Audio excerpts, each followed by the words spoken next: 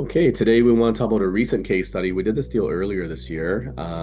Basically, the client came to us through, I guess they went to another broker originally. They went to their bank first, then they went to their broker, another broker, and they didn't get an offer. They couldn't get an offer actually.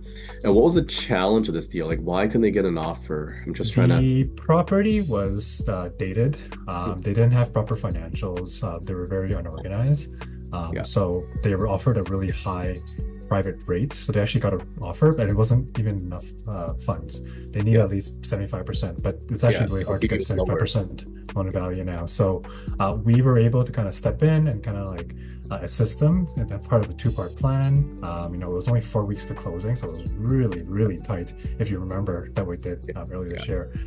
Very unorganized. And then they came to us, and then eventually we had to kind of ask for an extension, but we couldn't get it as well, right? Yeah. Remember that one? Yeah, it was actually But she quite she tried getting multiple extensions actually already. So during multiple she went to the extensions. Yeah, bank, she went to the broker. So she like the realtor saying you can't get more extension after this, right? So we were kind of left. We're yeah, the last in line to do this deal. yeah. Lender of last resort almost. Yeah, Yeah, yeah, yeah. So that's how yeah she came to us. And the thing is, like her husband owns a nail salon, but then they don't their financials are behind, so we couldn't even yeah. leverage on that.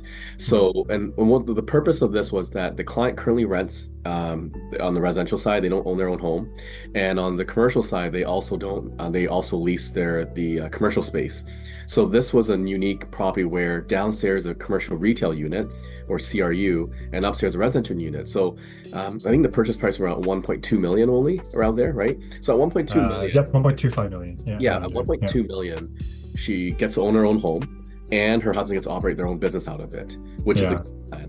So I think it's a great, smart move, but So it they just save rent from both sides, basically, exactly. right? Yep, Yeah, exactly. So instead of paying rent on the residential side and the commercial side, that's what they're doing.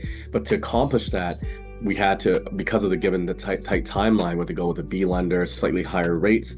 And what we did was the next 12 months, we told them to go to their accountant, get a accountant that's CPA, that's certified, and to do the financials. And hopefully we can then refinance them back to a tier one bank is the goal, right? So, yeah. uh, yeah, They're actually filing their financials and their taxes right now for the actually, accountant reach out 2025 to them. year.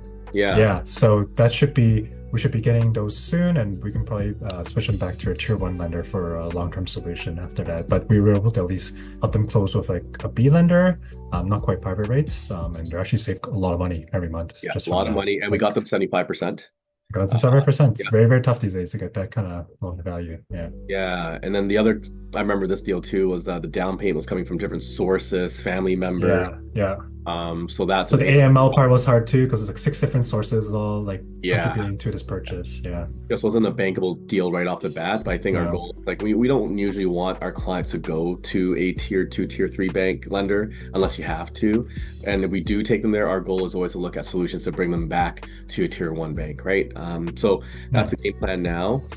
One thing to note for any clients looking to do a business loan or commercial loan, you got to make sure that your T2 general is converted to something more compliant.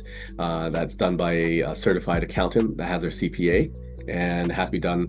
The report has the compilation engagement or notice reader, they call it. So, yeah, a couple of things that I think she didn't know. A lot of time when you do buy commercial property or get the commercial loan, you don't realize you need all these things, right?